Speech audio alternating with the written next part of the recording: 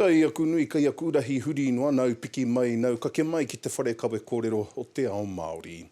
Matua i tēnei pō ki te tai tokerau, e kore rawa te rohe o te tai tokerau, e ora i te maroke nui i te ua nui i te rā kotahi. E whē ke tonu ana te rohe i te rāngai mirakakau o te rohe, i ngā rao hine raumati, kore kau he ua.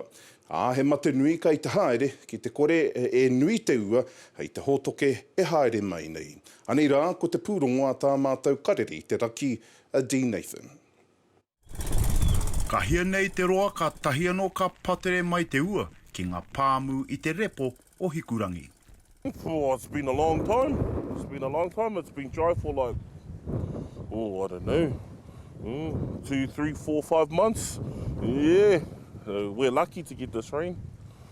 Hopefully it hangs around for a little bit. Then the boss doesn't have to spend any more money on feed. Ko te kautau no te rārangi mai o ngā taraka tari wai o Fonterra ki konei, hei tari ngā wai o te roto whānui nei, nā te pau o ngā wai i te wheketere matua ki kauri. They're taking in about 1 million litres a day. They've been going for 6 weeks now, and there's still plenty of water in the lake, and it's serving a purpose to keep the company going. E whānga whakatupurango tona whānau e pāmu ana ki konei, hei tā Edwin me kaharawa atu o Aotearoa ki te tiaki i ngā pūtunga wai. If we don't get enough rain this winter, heaven forbid what's going to happen next summer, because we've had 2 dry summers now, and this is the culmination of what's happened now. We're going to be in dire straits. Hau ngāno ngā matapai a ngā rātonga tirorangi, ko tā ngā whakatau wawe a te kaitiro tawhiti ngā tohu huarere mā te marama a Ken Wing. Hei te paunga o te marama e here mai nei, patere mai ei te ua. Hei reira, mutu ai te wā maroke ki te rohe whānui. Oh, it's huge. It's huge getting rain. It's huge. Yeah, because our cows, you know, they gotta eat the grass, and if there's no grass, there's no milk. If there's no milk, there's no money. D. Nathan, te ao Māori. Hei whai atu ko tētahi o ngā kapore hanahu whenua Māori kei tārawa ko Whangārā Farms, kei te kauparea kei ngā pānga o te wā tauraki, ko ngā pātiti kei te mato kē. He hua o tana whakatoi ngāhia miriona tāra kia kore ai te pakihi te tai rāwhiti nei, e mau ki te raru e pā kau atu ana ki pāmuke atu. Kāre tua atu i te mātautau o te whenua hei whakautu i nā nawe o te maroketana. What we've done to manage it is we've focused on looking after our capital stock, which are our ewes and our cows. He waru mano heketea te nui o te pāmu a Whangarā, he whitutekau mā waru mano nā hipi me te kau. 3 miriona tāra te nui o te utu i whakapaua e tēnei pakihi Māori ki te whakawaiwai i te whenua. It's a call for action for our Māori-owned asset holders, our Māori economists that are operating the space to hopefully put their hand up and play a leading role as we move into recovery.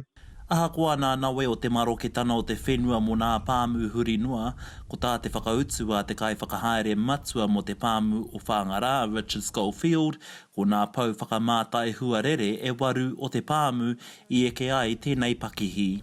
Every 10 minutes it sends a message into the cloud, which we can then access on our phones or on our computers or on our apps, and it gives us up-to-date information of what's actually happening.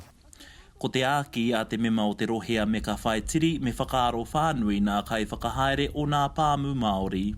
I'm a big supporter of the Māori economy and how it can and should be playing a leadership role of bringing the nation, and particularly some of our challenge regions like the far north, Tairāwhiti, Wanganui, part of Hawke's Bay, that would really help bring us out of this pandemic and the flow-on effect. Instead of at night worrying about stock water or worrying about stock getting stuck in dams, you know, that worry's gone. Tuātu I nā taumahatana o te wā ko te tohu nui mo tēnei wiki ko te maranai.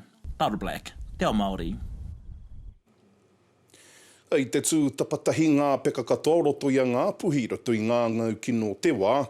Koe rā, ko te ia o ngā kōrero a te hea o te runa ngā iwi o ngā puhi a mere mangu, moa rātou mahi haumanua kei te iwi I ngā pānga o te mate korona.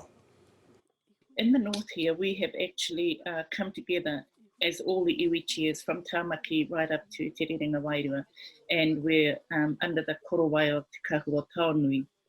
And so our approach has been iwi-wide to our Northland DHB. Everybody, and even our Pākehā who are in our communities, we have been looking after them as well.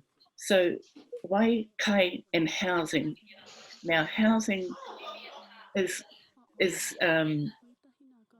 deliberate because we have so many people that need awhi in that area, and it's not enough to have projects. We have to have more than just housing projects. I can understand from outsiders looking in that there is that sense of dysfunction, but believe you me, people know what's what. They know. However, I think that has come about, that sense of dysfunction has come about because of the sovereignty being trampled on, the not recognising the mana that our tupuna left us, and I might say that the rest of the country have benefited from the work that those tupuna did throughout our country, I might add, but in terms of getting it off the ground was from Ngāpuhi, and everyone else has settled and received that benefit. We in Ngāpuhi still haven't. And so we now have that, we're finally getting that light shone on us. And I think that post-COVID, it has renewed the vigour and the camaraderie, whanaungatanga that's within Ngāpuhi, that people will see when we come out of this.